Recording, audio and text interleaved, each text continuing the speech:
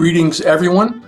I have the privilege of sharing some information with you about Plano ISD's not yet finalized, paint still wet, emerging portrait of a graduate. But in order to tell this unfinished story, I feel compelled to provide a little background information. According to legend and folklore, and also the About Us page on the district website, the strategic planning process started in the spring of 2016 when the Board of Trustees worked together to establish what we now affectionately refer to as the 5 pillars. Those early discussions laid the foundation and provided the framework for what was to come next. In the fall of 2018, a 75-member strategic planning committee comprised of students and staff and parents, certainly the trustees, community members, business leaders, this impressive collection of souls collaborated around each of those 5 pillars to develop specific objectives and strategies that would serve to guide our work, not only for the next 5 years, but also beyond that. Pillar 2 happens to be the protagonist in today's story, a very central character. What does it mean to be life ready? How should we define student success? Those were among the big questions that the Strategic Planning Committee wrestled with for a couple days up the street in the Haggard Party Barn. Ideas were shared, copious notes were taken, and common threads really started to come into focus. Collectively, our stakeholders were asking for a new and expanded definition of student success, one that not only celebrates the acquisition of rigorous academic content, but also emphasizes, or at least gives equal footing to, developing critical mindsets and cultivating life skills and strengthening social competencies.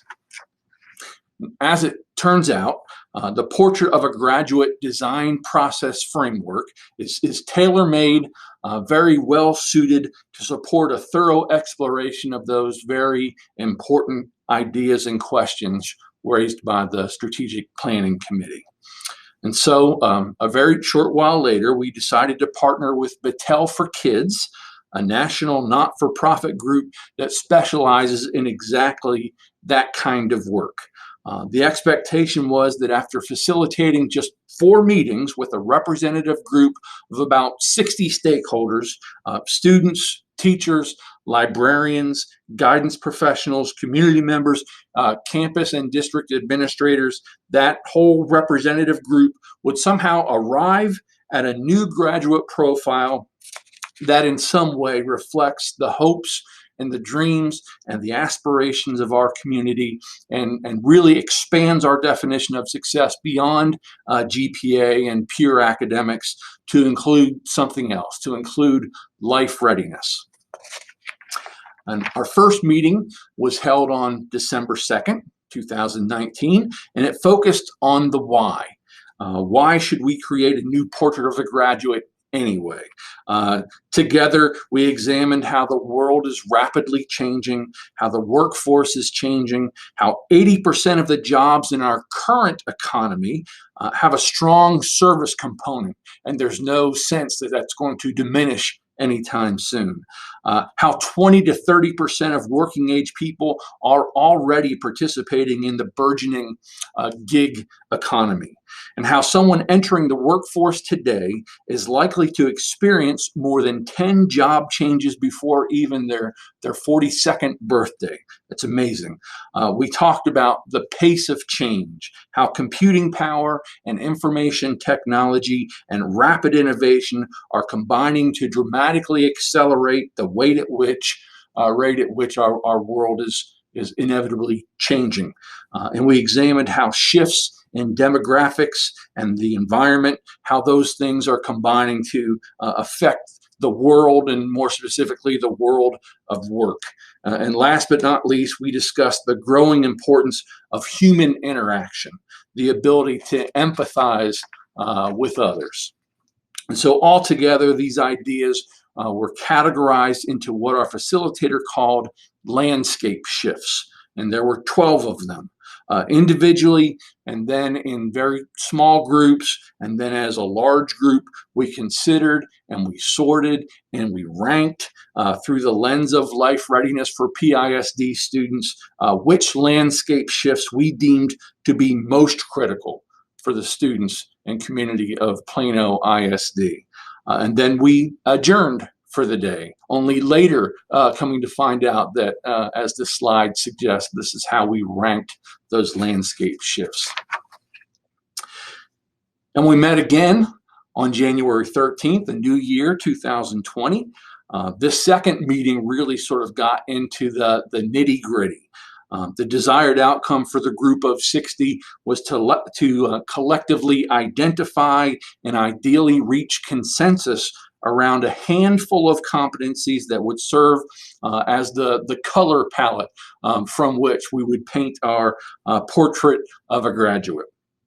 For the purpose of that exercise that day, a competency was described as a skill, a mindset, or a disposition. Design team members were asked to advocate for and sort of critically respond to, and then ultimately come to consensus around 5 to 7 competencies that together would form the basis of Plano ISD's new portrait. And then we adjourned. We met again just last week on February 12th, 2020. Our third meeting was sort of, I would characterize it as a day of reckoning, right? It was when our facilitator channeled his inner Chip and Joanna Gaines for the big reveal.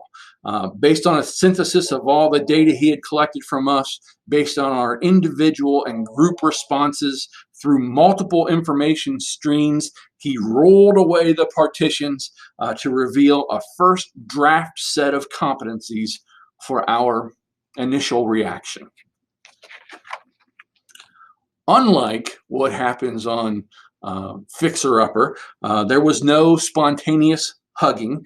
There was no happy crying.